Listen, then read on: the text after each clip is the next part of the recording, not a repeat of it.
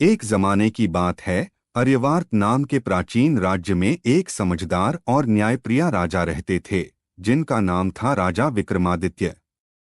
उनका राज्य खुशहाल था और प्रजा उन्हें उनके न्याय और बुद्धि के लिए पूजती थी। लेकिन एक दिन राज्य की शांति एक अजीब सी मुश्किल के कारण टूट गई। रोज रात को जब अंधेरा छा जाता तो अजीब से आवाजें पूरे राज्य में गूंजने लगती। महल के आसपास कुछ अजीब और छाया जैसी शक्लें देखी जाने लगी। गांव के लोग डर गए और अफवाहें फैलने लगी कि कोई अद्भुत शक्ति राज्य को परेशान कर रही है।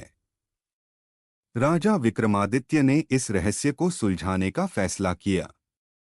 राजा ने एक आम आदमी के रूप में कपड़े पहने और गांव में लोगों से बात करने गए। वहां उनकी मुलाकात एक पुराने साधु से हुई, जो उनसे एक पुरानी श्राप की कहानी सुनने लगे। साधु ने कहा कि वो श्राप तभी मिटेगा जब एक पवित्र वास्तु आर्यवार्त का दिल, जो काले जंगल के बीच छुपा है, उससे वापस लाया जाए। राजा विक्रमादित्य बिना किसी देरी के अपने वफादार सेनापति अर्जुन के साथ जंगल की तरफ निकल पड़े। जंगल खतरनाक था। जंगली जानवर, मुश्किल रास्ते और चालक भ्रम उनका इंतजार कर रहे थे। लेकिन राजा का हौसला और हिम्मत कभी नहीं टूटी। जैसे जैसे वे जंगल के अंदर बढ़ते गए, उन्हें कई कठिन परीक्षाओं का सामना करना पड़ा। ये परीक्षा उनकी शक्ति, बुद्धि और साहस को जांचने के लिए थी।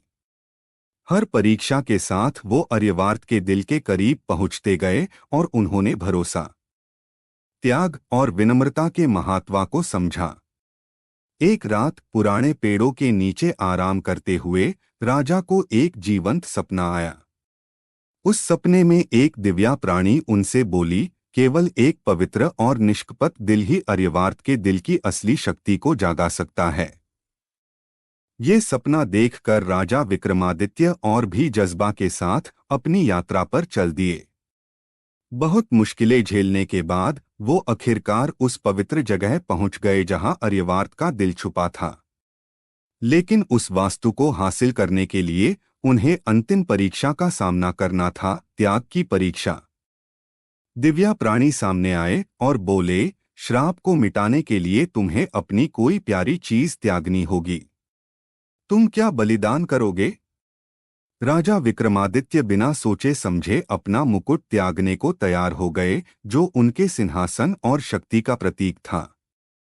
दिव्या प्राणी उनके त्याग से प्रभावित हुई और उन्हें आर्यवार्त का दिल दिया। इसके साथ ही राज्य से श्राप हमेशा के लिए मिटा दिया गया। राजा जब आर्यवार्त वापस आए तो उनका राज्य फिर से शांति और समृद्धि से भर गया। लोगों ने उनकी हिम्मत और बुद्धि का उत्सव मनाया। उनके त्याग की कहानी एक अमर कहानी बन गई। अंत में राजा विक्रमादित्य ने समझा कि असली नेतृत्व शक्ति या धन में नहीं होता, बल्कि त्याग, विनम्रता और अपने लोगों की भलाई के प्रति समर्पण में होता है। उनका ये संदेश पीढ़ियों तक लोगों के दिलों में जिंदा रहा और उनकी कहानी एक मिसाल बन गई। सब्सक्राइब और लाइक करें। इस वीडियो को शेयर करके अपनों को मोटिवेट करें।